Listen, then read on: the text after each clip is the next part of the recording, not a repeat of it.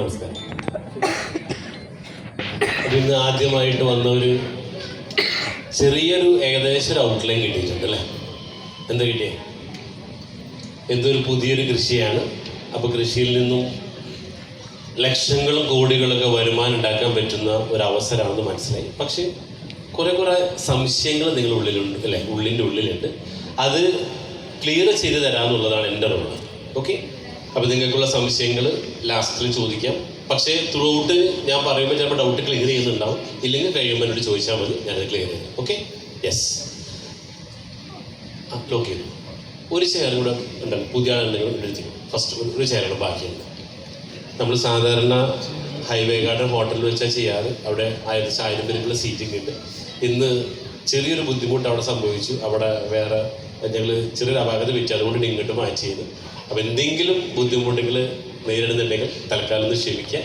കാരണം എന്തും കാര്യങ്ങളും നേടിയെടുക്കണമെങ്കിൽ കുറച്ച് പ്രതിസന്ധികൾ ആവശ്യമല്ല. കുഴപ്പമില്ലല്ലോ. പ്രതിസന്ധി ഉണ്ടെങ്കിൽ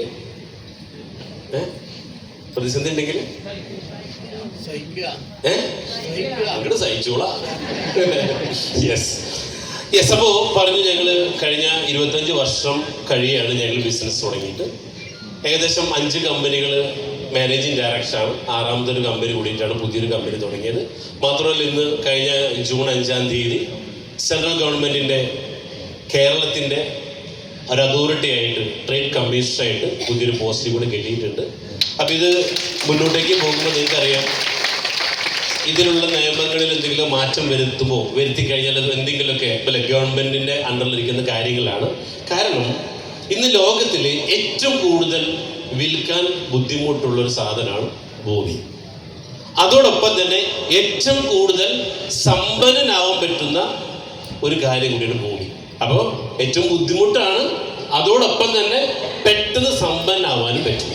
അപ്പോൾ സമ്പന്നനാവണമെങ്കിൽ ഭൂമി മേടിച്ച് മറിച്ച് വിറ്റ പല രീതിയിൽ പണം ഉണ്ടാക്കാം. അതോടൊപ്പം തന്നെ ഇത് മാർക്കറ്റ് ചെയ്ത് ഒരു റിയൽ എസ്റ്റേറ്റ് ഡീൽ മേക്കറായിട്ടും നമുക്ക് സമ്പന്നനാവാം.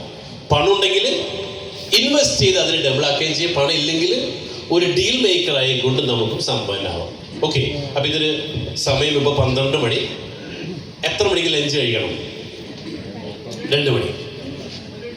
നമ്മൾ ലഞ്ച് കഴിക്കാനല്ലല്ലോ അല്ലേ? അപ്പോൾ ലഞ്ച് ഇവിടെ താഴത്തെ നിലയിലാണ്. കഴിഞ്ഞിട്ട് ഇവിടെ പാർട്ടവർ പറഞ്ഞു തരുന്നതനുസരിച്ച് നിങ്ങൾ പോയിട്ട് അല്ലെ ഇതിനെക്കുറിച്ചുള്ള എല്ലാ ഡീറ്റെയിൽസ് അറിഞ്ഞിട്ട് ഇവിടുന്ന് പോയാൽ മതി. കാരണം എന്തായാലും വന്നു അല്ലേ?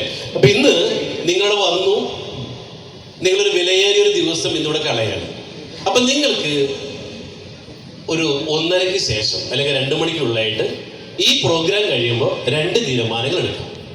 ഒന്ന്, ഇവിടുന്ന് പ്രോഗ്രാം കഴിഞ്ഞ് താഴേക്ക് പോകുമ്പോൾ ഇങ്ങോട്ട് വിളിച്ച് കൊണ്ടുവന്ന ആളെ ചെവിയിൽ തെറി പറഞ്ഞുകൊണ്ട് തിരിച്ചു പോകും.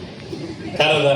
എൻ്റെ വിലയേറിയൊരു ദിവസം കളഞ്ഞിരുന്നു, ഇതിനാണോടാ നീ എന്നെ വിളിച്ചത് എന്ന് ചോദിച്ചതിന് നിങ്ങൾക്ക് സാറ്റിസ്ഫാക്ഷൻ വേണ്ടേ? എന്തായാലും ഒരു ദിവസം വരാണ്ട് എന്തെങ്കിലും മതി, എന്ത് ചെയ്യാം, ഒരു സമാധാനം അല്ലേ?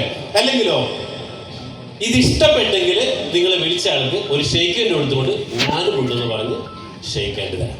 പക്ഷേ ഒരു ഉറപ്പ് തരാം, ഇന്നേ വരെ ഒരാൾക്ക് തെറി കേൾക്കാണ്ട് ഗതികേട് വന്നിട്ടില്ല. അത് ഞാൻ ഗ്യാരണ്ടി തരാം. യെസ്. ഇപ്പൊ എൻ്റെ ബാക്കിൽ ആരാ നിൽക്കണം? എൻ്റെ ബാക്കിൽ താറാവ്. ഏത് താറാവാ? പൊന്മുട്ടിയിടുന്ന താറാവ്. ഇതെന്ത് സംഭവം? പൊന്മുട്ടിയിടുന്ന താറാവ് പണ്ട് സ്കൂളിൽ പഠിച്ചിട്ടുണ്ട് നമ്മളെ. പൊന്മുട്ടിയിടുന്ന താറാവ് എന്തായിരുന്നു? കഥ ഓർമ്മ ഉണ്ടായിരിക്കെങ്കിൽ പൊന്മുട്ടിയിടുന്ന താറാവിനെ കുറിച്ച്